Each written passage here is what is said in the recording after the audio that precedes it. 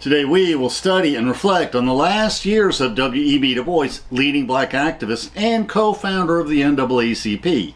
We will reflect on questions like, was W.E.B. Du Bois a communist? Why did he resign from the NAACP and then later return and resign again? And why did he live his final years in exile in Ghana? We would like to emphasize that neither W.E.B. Du Bois nor anyone from the NAACP ever even hinted that the government should be overthrown by a violent Bolshevik uprising. On the contrary, the NAACP funded a decades-long effort to slowly reverse discrimination in the court system. If you ask Dr. Google about the phrase W.E.B. Du Bois firearms, you will discover that W.E.B. Du Bois and the NAACP did encourage blacks to exercise their Second Amendment's rights to bear arms for self-defense, which was sometimes needed against armed white supremacists and mobs. At the end of our talk, we'll discuss the sources used for this video. Please feel free to follow along in our PowerPoint script posted to SlideShare. Please, we welcome interesting questions in the comments. Let us learn and reflect together.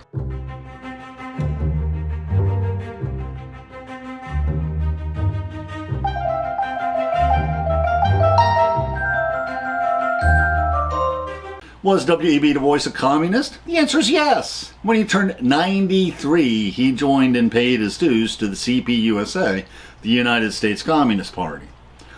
Most people are born in the first chapters of their autobiography, but no. W.E.B. Du Bois, being ever the contrarian, chooses to extol the virtues of communism in the opening chapters. Personally, I'm quite angry with him. Why did he do that? It is political poison for a black leader to announce that he's a communist, and now I must explain it. We will reflect on his growing embrace of communism over the course of his life.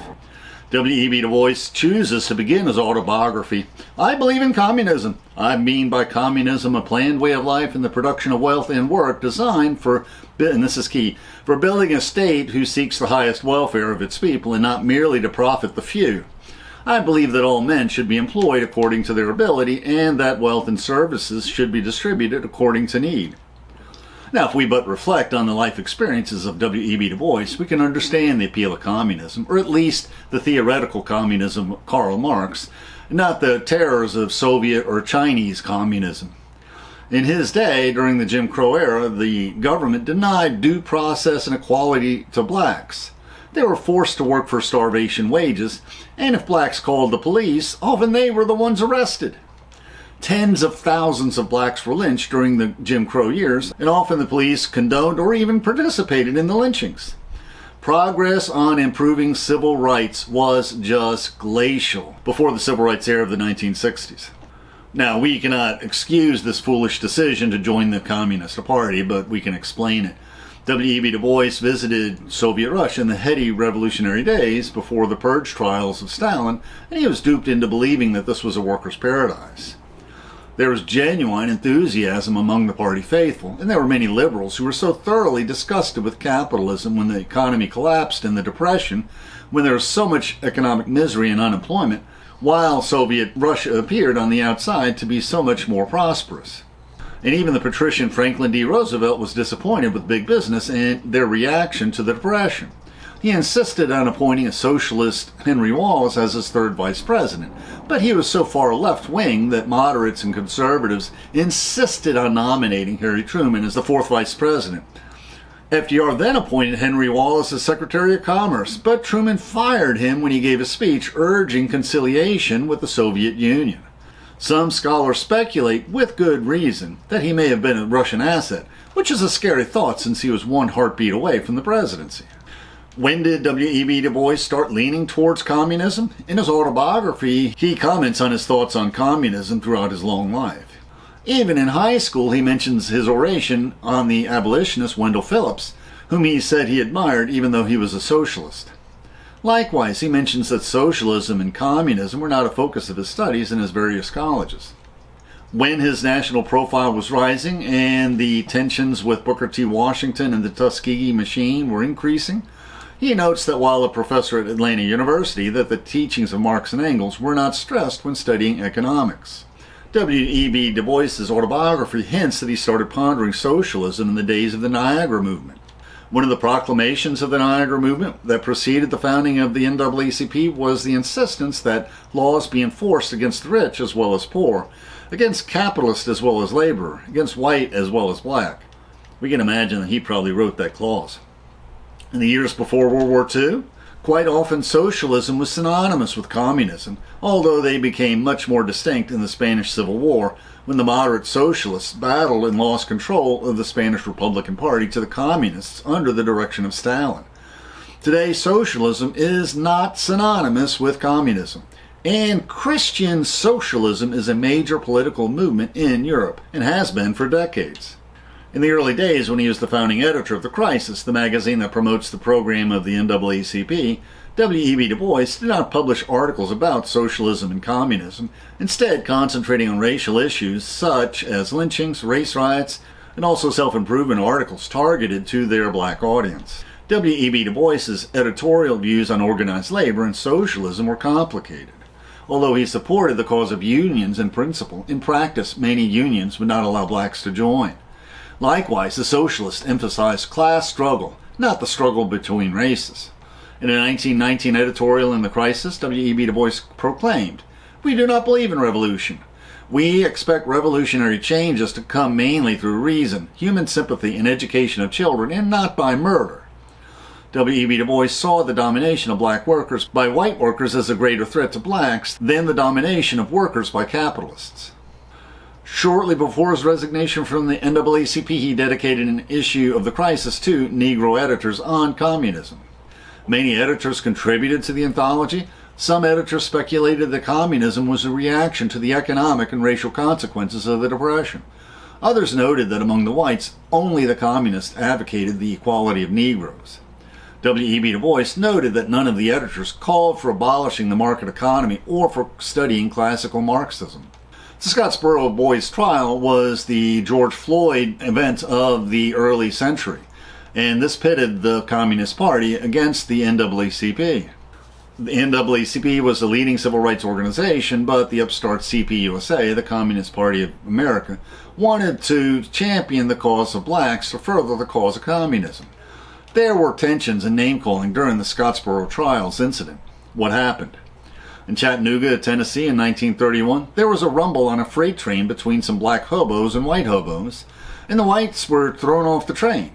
The whites complained to the sheriff about being attacked by a bunch of niggers, and Southern justice prevailed. But when the sheriff in the next town arrested 9 Negro boys from age 13 to 19, quite young, they were surprised that there were 2 white prostitutes accompanying them. These prostitutes claimed that they had been raped by the black boys, likely to keep themselves out of trouble for consorting with blacks. 4 days later, a jury trial sentenced all but one of the boys to death. The governor dispatched National Guard troops to prevent a lynching. When they learned of these convictions, the NAACP was reluctant to take the case. Their lawyers preferred defendants with squeaky clean reputations, and black hobos traveling with white prostitutes were anything but clean. But the CPUSA lawyers offered to represent the black youths in their appeals. The communists saw this as a possible public relations victory. W.E.B. Du Bois commented in The Crisis that a train ride with 2 prostitutes was no crime except in the slave bill. The unwritten penalty for that sort of social equality in Alabama is death. Walter White of the NAACP met with the prisoners, offering to replace their attorneys with NAACP attorneys, and he was denounced by their parents. Many blacks preferred the aggressive public tactics of the communists. There were also harsh words traded by the NAACP and the CPUSA, but eventually attorneys from both organizations cooperated somewhat in the appeals. The appeals and retrials surrounding the Scottsboro boys spanned decades, with the Alabama Supreme Court ruling on the case and the U.S. Supreme Court ruling on the cases twice. The U.S. Supreme Court overturned the verdict, stating that due process required that blacks be included in the jury pool, which threw the Southerners for a loop because obviously blacks shouldn't be allowed to vote. And that's who the jury pool was drawn from. And the eventual fate of the defendants varied. Some died in prison, others were released many decades later, some were rearrested on other crimes. The NAACP tolerated W.E.B. Du Bois's participation in the Pan-African movement, which sought to strengthen the bonds between Africans in Africa and other countries. The movement also sought to end colonialism and encourage the integration of newly independent former colonies into the world economy and culture. But the NAACP did not want to be distracted from its legal struggles to combat discrimination and segregation. In his autobiography, WEB Du Bois said that he did not think that communism was useful to assist blacks in America in fighting racism. He saw communism in the light of the Pan-African movement that sought to end colonial rule in Africa. He had called Pan-African Congresses in 1919, 1921, and 1923, but he found limited support among American blacks and no support from his fellow leaders of the NAACP. Now, W.E.B. Du Bois's attitudes about communism were influenced by his views on colonialism, and we must remember he was an old man before the colonial empires disintegrated after the end of World War II.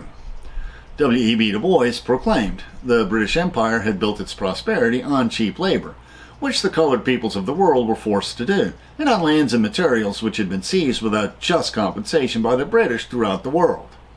The lessons of this past century are that the lives of ordinary third world peoples did not automatically improve once the colonial overlords departed.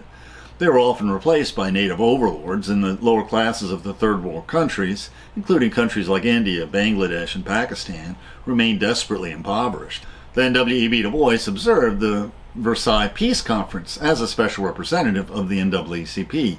He ceaselessly lobbied for a Pan-African conference, which was called in Paris but did not accomplish much, other than 3 days of speeches, even though one of Wilson's 14 points encouraged the end of colonialism.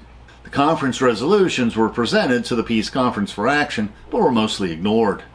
Soon after the 1920 conference, the NAACP approved to underwrite some of the expenses of a Pan-African Congress, but made it clear this would end the NAACP involvement in the movement, as it was fighting lynching and other civil rights battles in America. W.E.B. Du Bois visited Soviet Russia in 1926, and he witnessed genuine enthusiasm with packed art galleries and theaters, schools opening and enthusiastic workers, and these were the heady days of Lenin. The dark days of the silent purges would come later.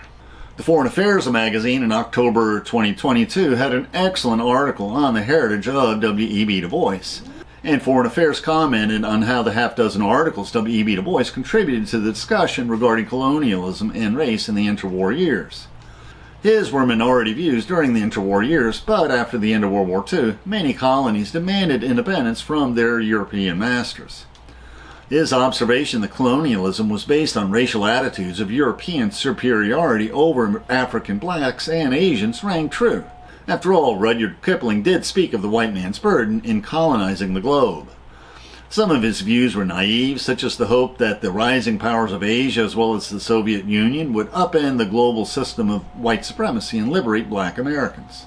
And in 1933 essay on Liberia, he commented on an unholy alliance between the Firestone Corporation, the League of Nations, and the U.S. government.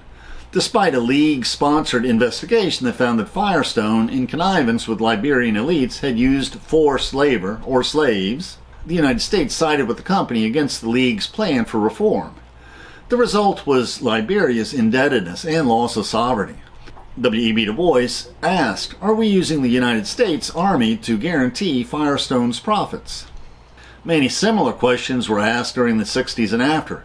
W.E.B. Du Bois foresaw the problems of commingling U.S. military power with private interests, and the ease with which major powers could employ international organizations to hide their imperialist agendas under a veneer of legitimacy, foreshadowing how long after colonialism had ended, global superpowers could use debt to guarantee the subservience of countries in Africa and elsewhere in the developing world.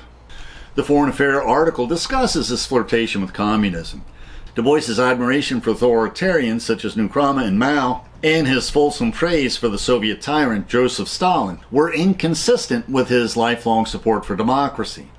But he felt that although democracy was incompatible with racial and economic inequality, the United States of his day did not oppose racial discrimination and inequality, causing him to lose faith in American democracy.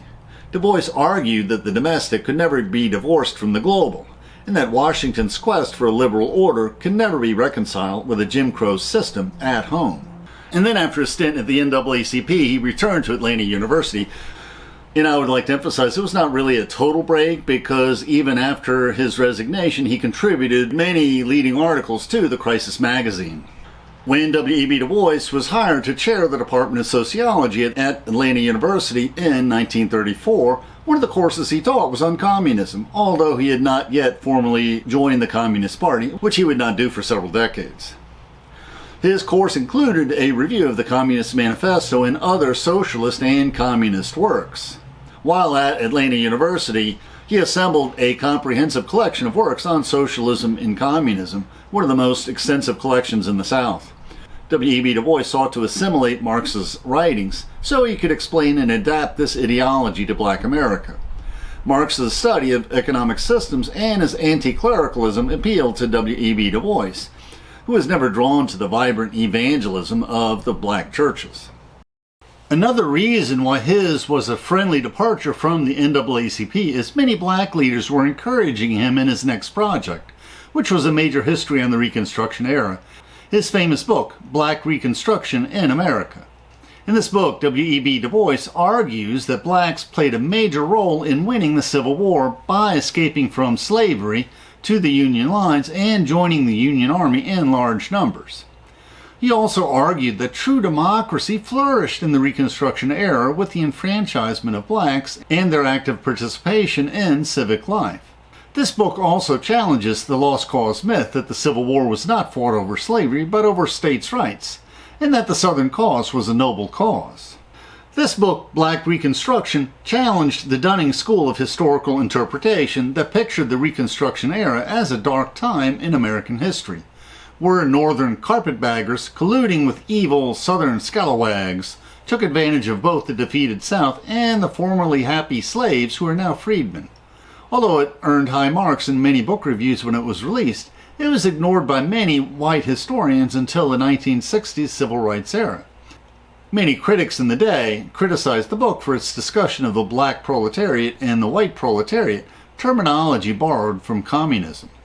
W.E.B. Du Bois wrote an article for The Crisis on Marxism and the Negro Problem, and then a few years later, Karl Marx and the Negro. He had an antipathy for the market economy of capitalism, but denied his beloved talented tenth was comparable to a conquering bourgeoisie, as long as they continued to strive to improve the lot of the black masses. In his system, the black workers and white workers were two proletariats who were separate, unequal, and antagonistic, a reality only partially due to the divide-and-conquer strategies of the capitalists. W.E.B. Du Bois stated that colored labor has no common ground with white labor that deprives the Negro of his right to vote, denies his education, denies him affiliation with trade unions, expels him from decent houses and neighborhoods, and heaps upon him the public insults of open color discrimination. And the unpleasant Scottsboro trial increased his disdain of the American Communist Party, and he continued to dismiss communism as a political solution for Negroes in America. W.E.B. Du Bois thought that Russian communism was not an acceptable solution to the crisis of capitalism, since they consolidated their power by assassination and mass propaganda of every sort. Unfortunately, John Hope, his friend and president of the college, passed away in 1936, and although he was hired well past the customary retirement age, the board later decided that he should indeed retire. After some negotiation, they agreed to pay him both a severance payment and a pension. And after his forced retirement, W.E.B. Du Bois returns to the NAACP. His biographer Lewis states that in the 10 years since Du Bois's resignation, the NAACP had grown into a national powerhouse, with 325,000 members in close to 900 branches and still expanding by the month. The income had quadrupled, the staff had tripled. Walter White now commanded the NAACP with military efficiency. Hint, contrarians barely tolerated. Litigation and rollback segregation was now a major part of the NAACP's mission. Heading up the Legal Defense and Educational Fund was a civil rights lawyer, Thurgood Marshall, future Supreme Court Justice. The rehiring of W.E.B. Du Bois was a public relations coup for Walter White, but the NAACP leadership were mistaken in their belief that the old lion would enjoy a well-salaried repose in his declining years. W.E.B. Du Bois had struggled to organize Pan-African conferences after World War I, but the politics favored the abolition of colonial empires after the end of World War II. Eleanor Roosevelt had 3 delegates from the NAACP appointed to the U.S. delegation to meetings founding the United Nations. Although this was good public relations for America, the NAACP was like a gnat moving among elephants, and it was unable to influence the proceedings in any substantial way. Soon afterwards, W.E.B. Du Bois attended a Pan-African conference in England, where the African delegates were a majority of the participants for the first time. He was invited to chair the session as the president of the conference. Kwame Nkrumah, president of Ghana and an icon of Pan-Africanism, demanded the victorious democracies dismantle imperialism, which was one of the causes of the last World War. Meanwhile, the Legal Defense Fund under Thurgood Marshall was steadily dismantling the separate but equal precedents set by Plessy versus Ferguson in 1896, which would culminate in the 1954 decision of Brown v. Board of Education, compelling desegregation of public schools with all deliberate speed, a legal battle we discussed in our video on the Second Founding. But there was friction between the controlling Walter White and the contrarian W.E.B. Du Bois. The spacious offices he was promised never materialized, and in the 4 years he spent in his second stint of the NAACP, his offices were always cramped. And this led to a second friendly resignation after a few years. Now, during this time, in his old age, his wife Nina passes away. W.E.B. Du Bois had many intense affairs during his life with adoring young intellectual black women. His biographer, who read many personal letters, said that all his lovers and confidants knew that Nina would remain the official and everlasting Mrs. Du Bois until death released him. She had become practically invisible by the late 20s, a frail gray creature, always well attired, and uninterestingly so, to be escorted to benefits and annual NAACP balls. It can be deduced from the correspondence that Will had come to regard Nina as both a burden and a shield, much as his crippled, undereducated mother had been. Not only was his wife Nina aware of his dalliances, on occasion she even played hostess to some of his lovers. She passed away in July 1950 when W.E.B. Du Bois was 83, shortly before he resigned from the NAACP. W.E.B. Du Bois remembers that I married again near the end of my days. She was a woman 40 years my junior, but her work and aim in life had been close to mine because her father had long believed in what I was trying to do. The faith of Shirley Graham in me was therefore inherited and received as a joy and not merely as a duty. She has made these last days of mine rich and rewarding. He had first met Shirley when she was a teen, when he was their family's guest. She later attended college, was married, and had 2 children before her divorce. Then she went back to college and later met W.E.B. Du Bois again. She was one of many young, adoring intellectuals in his social circle. Her letters say they first slept together in 1936 when she was 29 and he was 69. He was an old lion indeed. W.E.B. Du Bois said Shirley persuaded him to marry at age 85 so he would have companionship during a difficult time in his life. Shirley was a writer, composer, and civil rights activist who had a national reputation before her friendship with W.E.B. Du Bois. She had been a card-carrying communist since the 1940s. Did she influence W.E.B. Du Bois in his turn towards communism? Or was W.E.B. Du Bois attracted to her because of her communism? Now, Shirley Graham Du Bois led an interesting life after the death of her husband. She was forced to leave Ghana after a coup. She lived in Egypt and learned Arabic, promoted Afrocentrism, and then moved to China during the Cultural Revolution, gave lectures at Yale University, and passed away in Beijing in 1977, where she was given a state funeral attended by many important communist leaders.